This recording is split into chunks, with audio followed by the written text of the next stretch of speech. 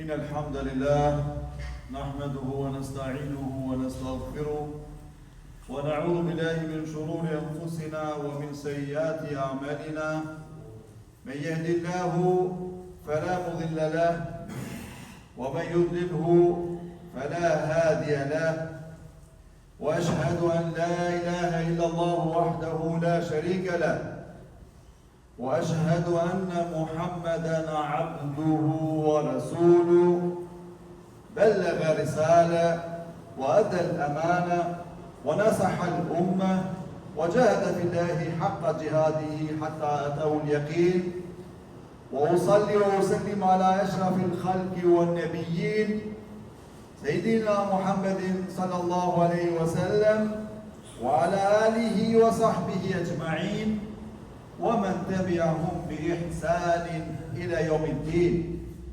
وصلاة وتسليما كثيرا أما بعد ولقد قال الله عز وجل في تنزيل الحكيم بعد أعوذ بالله من الشيطان الرجيم يا أيها الذين آمنوا اتقوا الله حق تقاته ولا تموتن إلا وأنتم مسلمون يا أيها الذين آمنوا اتقوا الله وقولوا قولا سديدا يصلح لكم أعمالكم ويغفر لكم ذنوبكم ومن يطع الله ورسوله فقد فاز فوزا عظيما فإن أصدق الحديث كتاب الله وخير الهدى هدي محمد صلى الله عليه وسلم وشر الأمور محدثاتها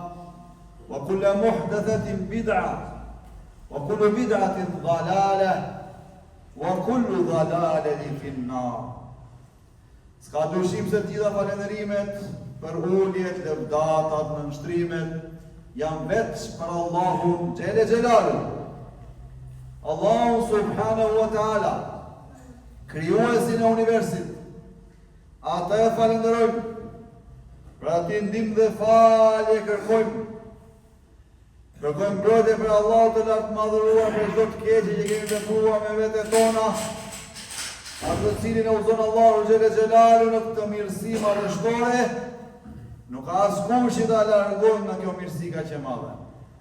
Dhe mja të cilin nuk prek udhëzimi Allahu Gjelle Gjelalu, nuk ka askush që ta drejtojë dhe orientojë për në rrugën e drejtë. Vërtetoj të shmoj me bindje të thellë, se nuk ka hyjni tjetër që meriton të adhurohet përveç Allahut, dhe vërtetoj të shmoj se Muhamedi sallallahu alaihi wasallam është rob dhe i dërguari i Allahut. Ai e përcolli qartë mesazhin, e plotësoi amanetin, e këshilloi umetin dhe sakrifikoi për këtë fe deri në fundin e jetës së tij. S'ka dyshim se salavat e selamet qofshin të shumta mbi më të mirën e krijesave, mbi familjen e tij të ndershme, ahli bejtin, mbi shokët e tij, besnik dhe mbar ata dhe ato që e pasuan dhe të pasojnë deri në ditën e fundit. Allahu lartë madhruar na tregon në librin e tij Fisniku thotë: O ju besimtar, o ju që keni besuar, friksojeni Allahut me një frikë të vërtet, me një frikë të sinqert, ashtu siç meriton Allahu Gjelle Gjelalu t'i friksojeni, dhe mos t'u gjej vdekja, vetë se ju duke qenë në fenë e vërtet, fenë islame, vetë se duke qenë ju musliman. Thotë përsëri Allahu i lartë madhëruar në librin e tij Fisnik: O ju besimtar, o ju që keni besuar, friksojeni Allahun dhe gjithmonë shprehni të drejtën, flisni të drejtën, të vërtetën, gjithmonë, kurdoherë. Se në këtë mënyrë Allahu Gjelle Gjelalu ka për t'ja u përmirësuar çështjet tuaja, ka për t'ja u korrigjuar punët tuaja, dhe dijeni se ai i cili i bindet Allahu Gjelle Gjelalu Të të dërguarit të ti, s'ka dyshim se ai ka korrur një fitore të madhe.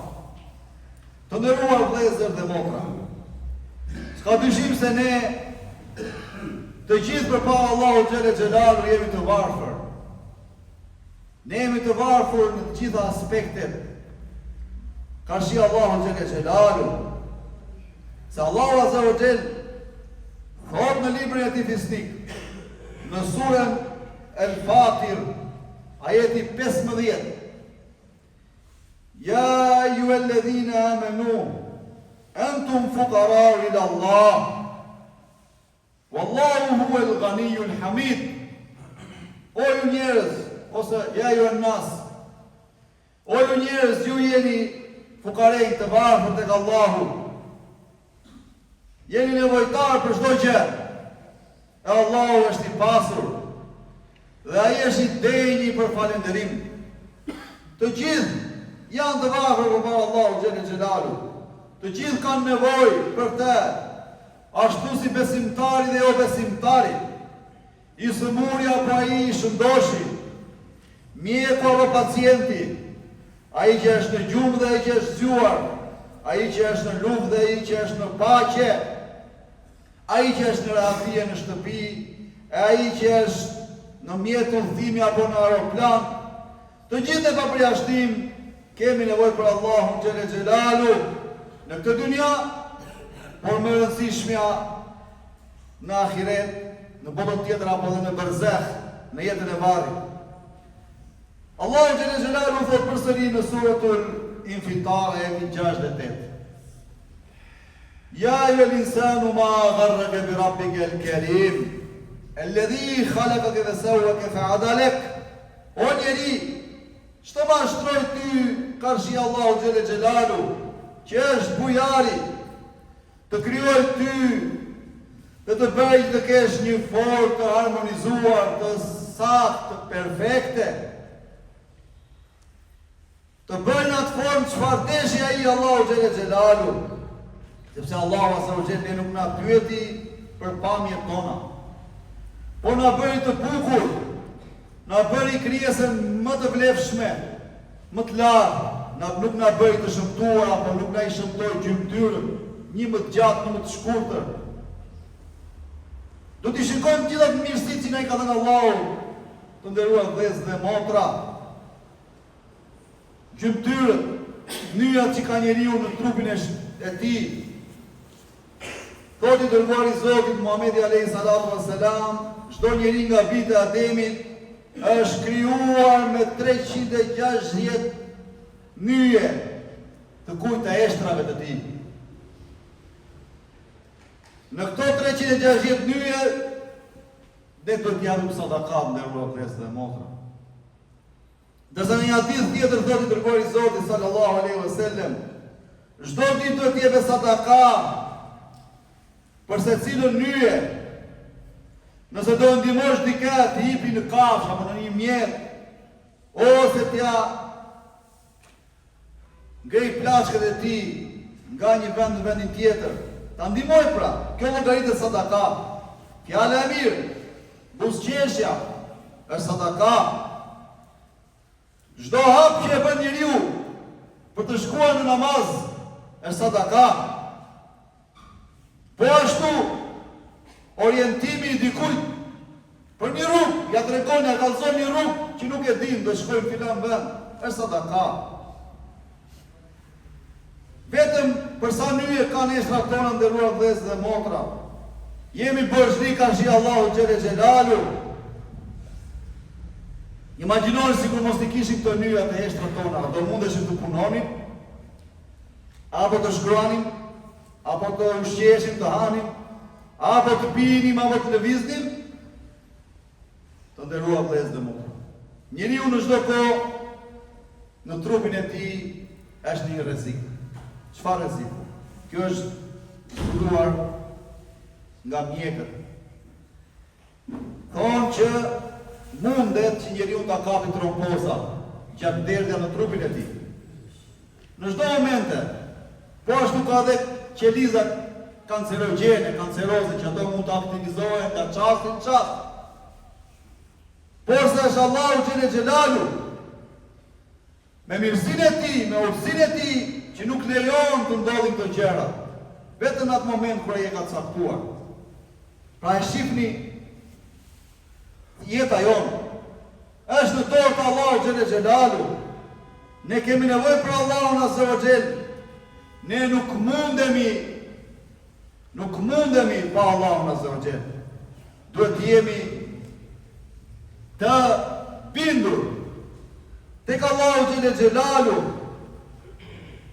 se mirësia e atit që kërkon mirësinë s'ka dyshim të t'i vi nga Allahu Azza wa Jell.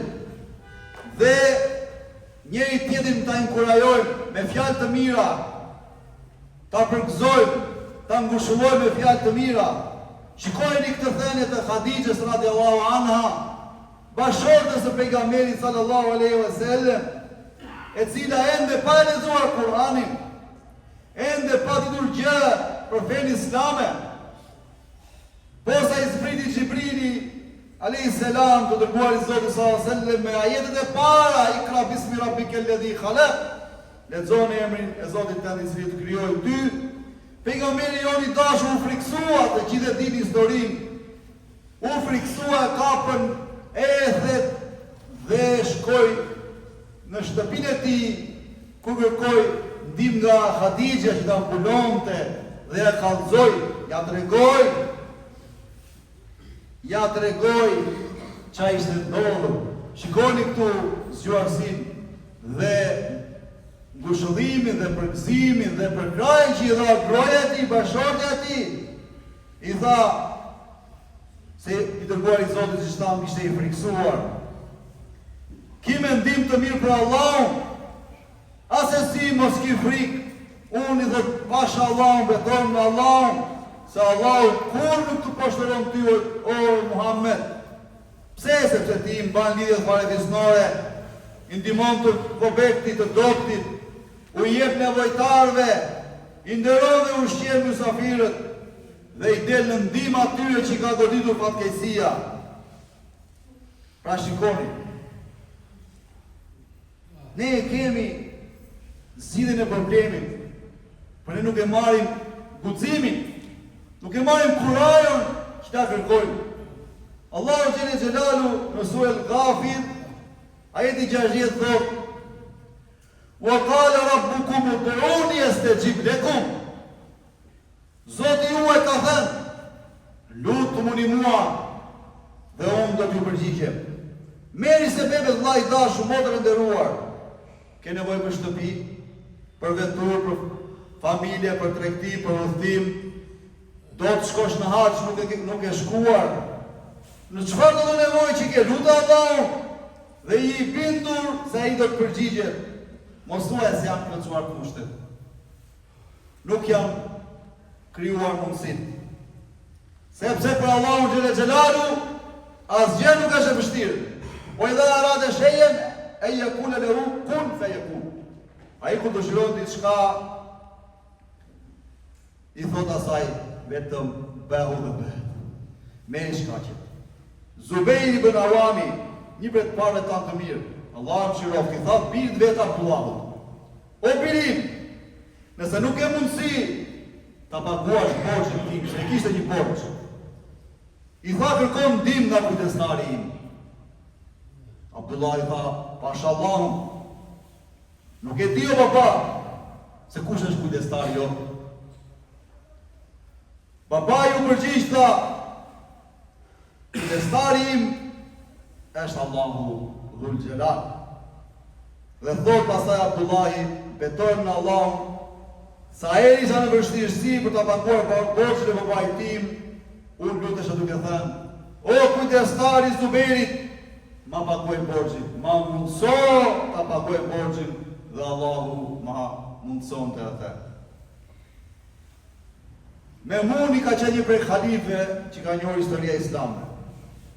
I tha Muhammed ibn Abadit, i cili ishte një prej besimtarëve të devotshëm në atë kohë: "Jam informuar", i tha, "se kushdo që vjen në Basra, ti do ta marrësh për gosti atë, do ta ftosh dhe do ta respektosh dhe të shtrosh sofër."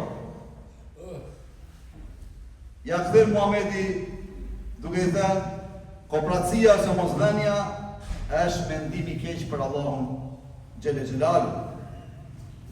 Ndërsa një njeriu tjetër devotshëm kur afro vdekja i than, çfarë mendon se të bëj Allahu me ty? Ai tha, Allahu xhel xelalu më nderoi duke qenë unë në shtëpinë time.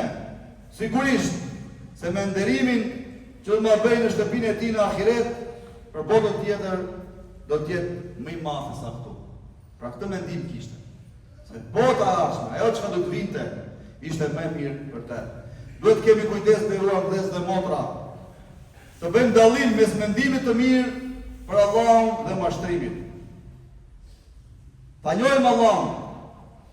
Ta njohim atë me emrat e cilësive të përsosura që ka cilësuar veten e tij i madhëruar qoftë nga hera.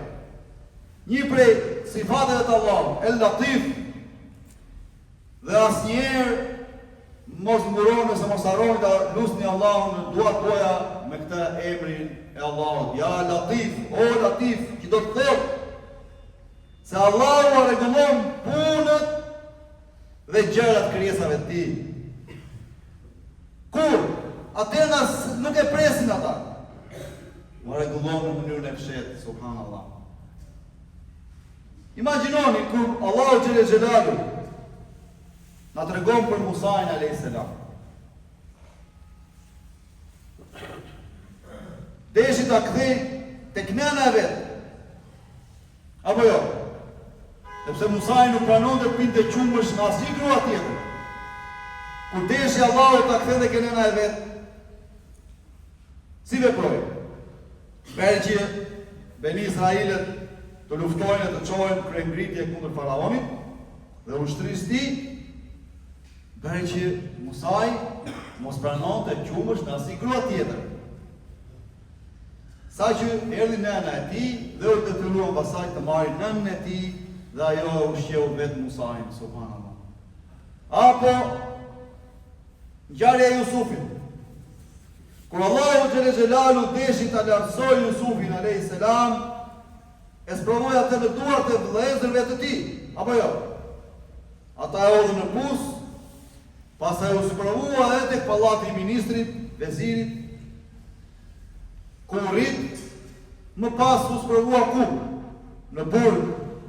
E në fund ai u bë ministër dhe i Allahu xhel xelalu i dha pushtet në tokë. Subhanallah. Bile disa njerëz tonë, disa mendime kanë thënë se kur do të dinte shejtani se ku do të arrijë Jusufi, nuk do të bënte cytje vëllezërve të tij që ta hedhin në punë apo ta urrenin apo ta keq trajtonin. Prandaj kjo është ajo që na mungon nderuar vëllezër dhe motra. Kuraja, nxitja, besimi i sinqert, i plot, pa dyshim. Pejgamberi i dashur sallallahu alaihi wasallam ka thënë: "Udullaha wa lakum muqinuna bil ijaba." Luteni Zotin tuaj. Luteni në atë mënyrë dhe të jeni të bindur që Allah do t'ju përgjigjet. Jo luteni kështu sa për të kaluar radhën. Por me bindje, me zemra, të rëngjetet zemra, trupi, mishi.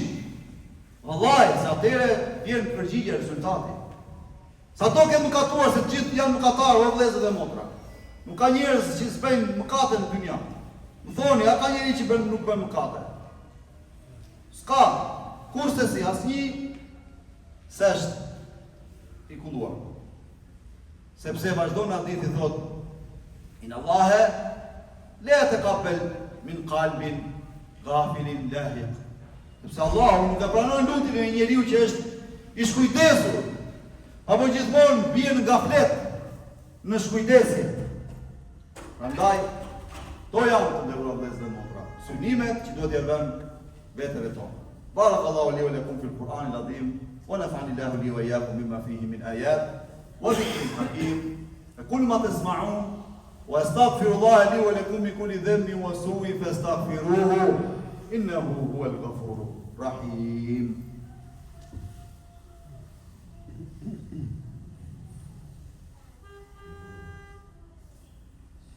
Elhamdulillahi ala ihsani wa shukru lahu ala tawfiqi wa imtinani. Të nderuar vëllezër dhe motra, imagjinoni kur duam ne një person, e duam, kemi dashuri për të, kemi respekt, ne e presim me madh ardhjen e tij, përgatisim çdo gjë për ta kënaqur, mundohemi në gjitha mënyrat që mos ta zhgënjejmë, apo ta respektojmë maksimum. Apo jo? Ndoshta kjo po kërkon të sakrificë nga ana jonë. Por se Allahu Azza wa Jall, që është krijuesi jonë, ai i cili na ka lartësuar, na ka përsosur, atij ta kon shembull më i lartë. Por se kështu ne mund ta dimë sa e duam Allahun në këtë mënyrë. Nëse e duam Allahun Azza wa Jall më shumë se gjithçka, atëre ta dimë se do të jemi për atyre që do ta shikojmë atë në ditën e gjykimit. Pra është kënaqësia më e madhe. Prandaj gjithmonë të nderuar vëllezër dhe motra, mendoni dhe thoni Zoti është i pasuri, ne jemi nevojtarë. Gjithmonë Allahu është ai i cili meriton gjitha lavdet, ne jemi nevojtarë tek Zoti.